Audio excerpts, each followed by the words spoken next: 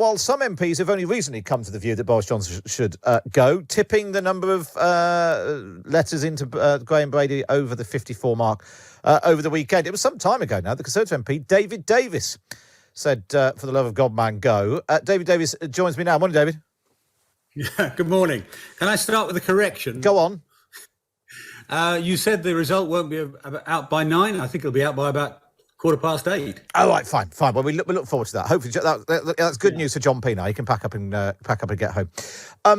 What do you think it is that has meant that more of your colleagues in the last week have come to the conclusion that you came to earlier in the year?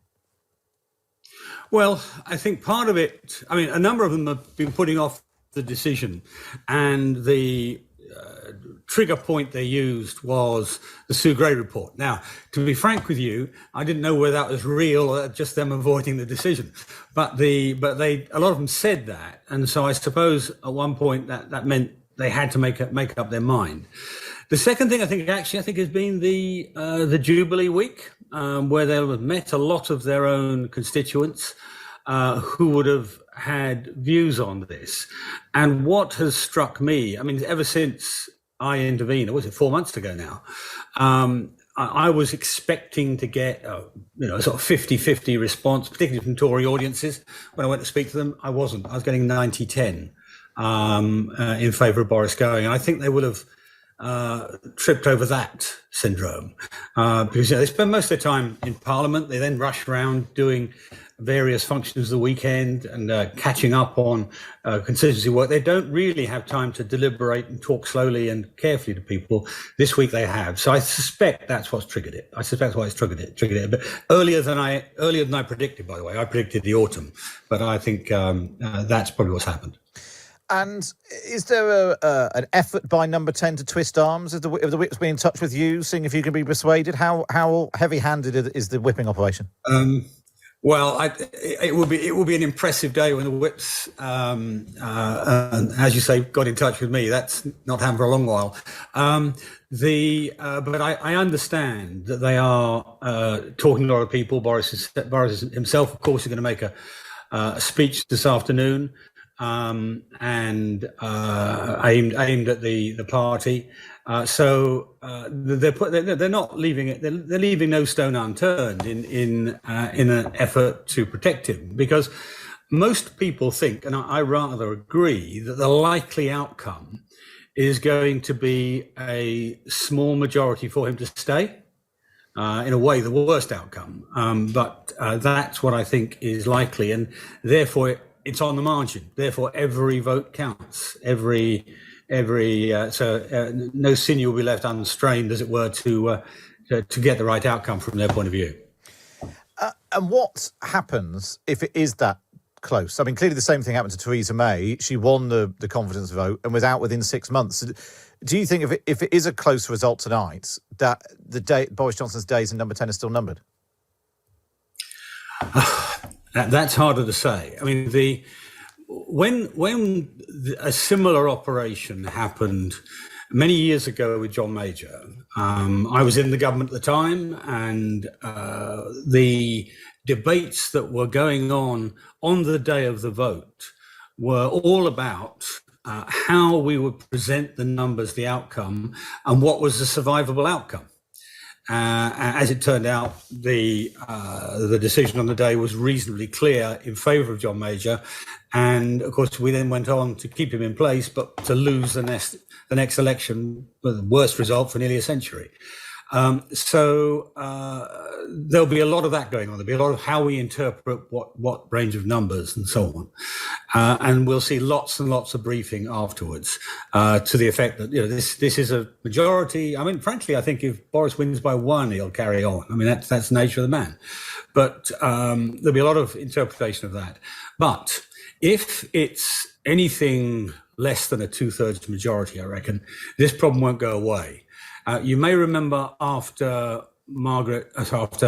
Theresa May won her first vote, actually moderately comfortably, though she accepted that her time was limited, days were numbered, and that she would deliver various things before she then stood down.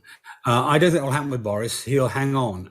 But what happened to Theresa, namely people threatened to change the rules, reduce the period between votes to less than a year, all that sort of manoeuvring will go on. Now, I actually don't approve of that. I think that you can't have rules that completely effectively castrate a prime minister.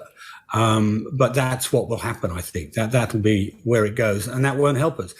And of course, we mustn't assume that this is the last we're going to hear of Partygate, because there's going to be other things coming out. We've got the Privileges Committee of the House of Commons judging on it. We've got other things in play. We've got issues over all the PPE fraud stuff that was sort of buried in the midst of all Partygate, which is really rather important, serious stuff as well.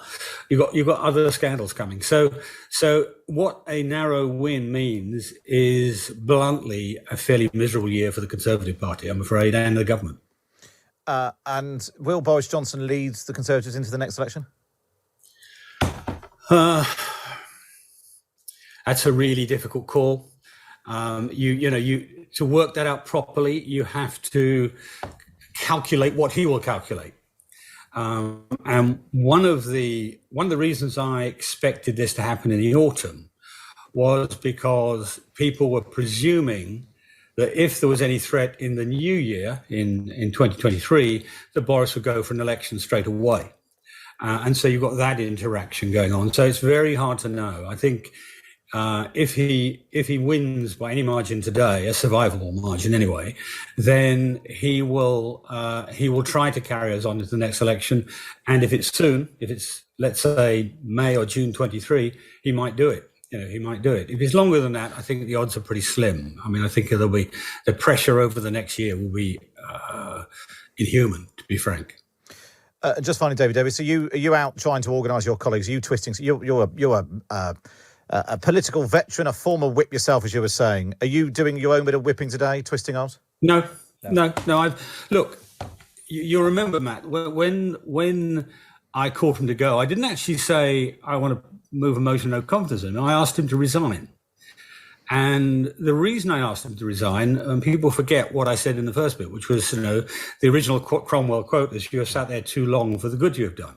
Now, I don't believe that Boris has done no good. I think, it was important to the Brexit resolution, even though that's not perfect. It's better than it was.